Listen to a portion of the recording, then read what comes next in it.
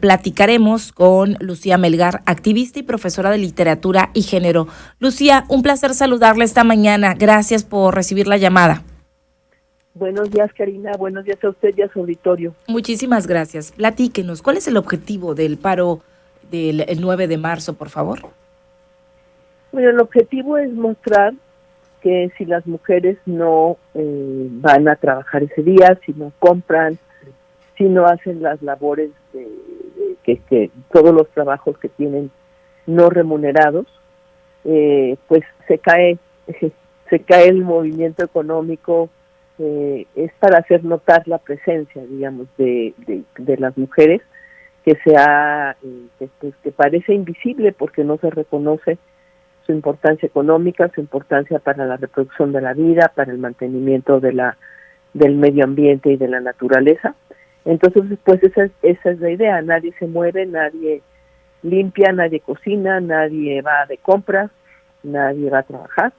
Es algo que, pues mire, a veces es difícil, y en el 2020 se logró un paro parcial que fue interesante porque pues sí hubo pérdidas económicas que no recuerdo exactamente cuánto eran, pero las calcularon alguna cámara empresarial. Antes de la pandemia, ¿no? Sí, fue días antes de la pandemia. 2 días antes de la pandemia, efectivamente. Entonces, por eso parece muy lejano, pero ese paro fue, digamos que, bastante exitoso porque pues sí se notó, ¿no? Sí, ha perdido fuerza. Bueno, se atravesaba, yo me acuerdo que sí fue como algo muy marcado, una lucha como muy particular. Era pues prácticamente estar ausentes. Me acuerdo, yo estaba en casa y era no estar presentes en los trabajos, no salir, no comprar, etcétera. Era así como nada, así como si no existiéramos, y para que realmente se sintiera la ausencia, en efecto. ¿Cree que ha perdido fuerza después en este 2023? ¿Habrá participación? ¿Había dudas? De pronto hay empresas que no se suman, que están tomando a lo mejor alguna represalia, mujeres que a pesar de esto decidimos a lo mejor no trabajar. Coméntenos, ¿qué opina? Bueno, este año no hubo tanta convocatoria. Sí, no, en realidad hicieron convocatoria para cadena feminista el día 7, para la marcha el día 8, que fue espectacular en la Ciudad de México, pero y en otros lugares desde luego, pero para hoy hay mucho menos convocatoria. Entonces yo creo que pues que este año no puede tener la misma fuerza que en el 2020, por más que haya personas que paren, ¿no? Mujeres que paren, pero es algo que es muy importante en Argentina. Creo que igual en el 2020 es el año que tuvo una fuerza muy, muy importante, ¿no?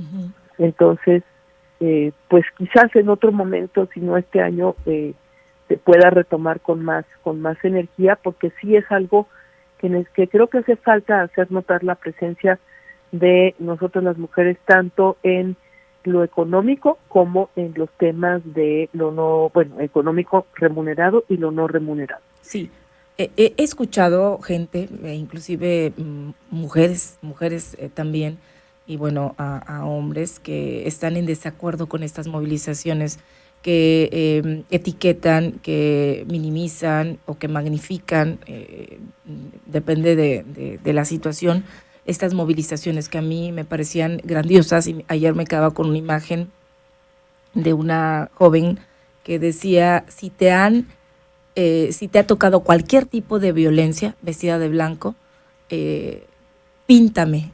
Entonces le pintaban de roja la mano, y era sorprendente cómo esa persona, esa mujer vestida de blanco, se iba llenando y de tinta roja.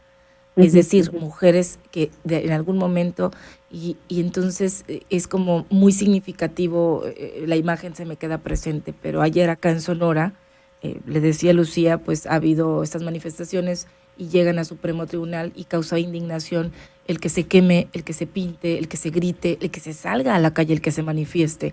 O sea, todavía hay una cerrazón y todavía hay como un no entendimiento, comprendimiento o empatía de lo que queremos. Es un alto a la violencia. Sí, yo creo que falta mucho dejar de normalizar, primero que nada, la violencia contra las mujeres y las niñas. Mucha gente lo ve como algo normal y como algo que pues siempre se ha hecho, Y ese creo que es uno de los grandes problemas que tenemos. El otro es que no se entiende que vivir con desigualdad toda la vida, digamos, con gran parte de la vida, con diferentes grados, pero digamos puede ser desde no ganar, lo que no te paguen lo mismo por el mismo trabajo que a un hombre, que no puedas ir a un lugar tranquila porque te chiflan o te acosan o te violan, que no puedas dedicarte a la profesión que tú quieras porque ponen en duda tu capacidad. inteligencia, que te acosen en el trabajo, que te acosen en el transporte. O sea, todo eso es cotidiano. Lo que la gente no se da cuenta es que no son cifras, son personas. Y dentro de estas vidas de cada persona puede haber muchas de estas violencias al mismo tiempo. Entonces, no es solamente por el tema de violencia, es por el tema de la desigualdad, el que hay mucho más. Creo que perdimos comunicación. Retomamos ahorita con Lucía Melgar, que ella es activista y profesora de literatura y de género, es experta en el tema de género. A mí me encanta platicar con la maestra porque ella radica en el centro del país, allá en la Ciudad de México, y bueno, su conocimiento y trayectoria es amplia en este tema y bueno, retomando estas actividades que le decíamos ayer, donde salieron miles de personas a marchar y donde, hubo... No se preocupe, acá estoy retomando la comunicación con Lucía Melgar, activista y profesora de literatura y género, a platicar un poquito de su trayectoria y de su experiencia sobre este tema. La escucho, perdón. No, discúlpeme. Bueno, estábamos en que no es nada más el tema de la violencia, es también el tema de la desigualdad, ¿no? Sí. Y las cientos de miles de mujeres que salieron a la calle en diferentes ciudades o localidades ayer, pues salieron a exigir sus derechos. Es muy impactante ver a niñas de 15 años o de 12 años con carteles que dicen nos queremos vivas, o yo quiero salir tranquila, o quiero ser libre. O sea, eso debería ser lo normal y lo común en este país. Sí. Estamos en este siglo y creo que pues quizá tenemos que hacer más trabajo para que la gente lo entienda y lo vea, ¿no? Pero ese es el sentido, es reivindicar una serie de derechos humanos y sobre todo el derecho a vivir sin violencia, que es uno de las demandas más sentidas de las mujeres mexicanas. Así es, a vivir es lo que tendríamos que tener derecho a esto. Y bueno, ayer le decíamos, fue impresionante la cantidad de personas que salieron a marchar a lo largo y ancho del país. ¿Cómo se vivió allá en el centro del país, maestra? Pues mire, es una marcha que yo creo que probablemente fue más grande que la del 2020. Era muy, muy grande. Se había convocado a 3:30, empezó a llegar gente antes, desde la 1 o desde la mañana, había gente ya, mujeres y niñas, dirigiéndose hacia el Zócalo. Hubo una circulación continua sobre la Reforma, por lo menos desde las 2 de la tarde hasta las 8 de la noche. Sí.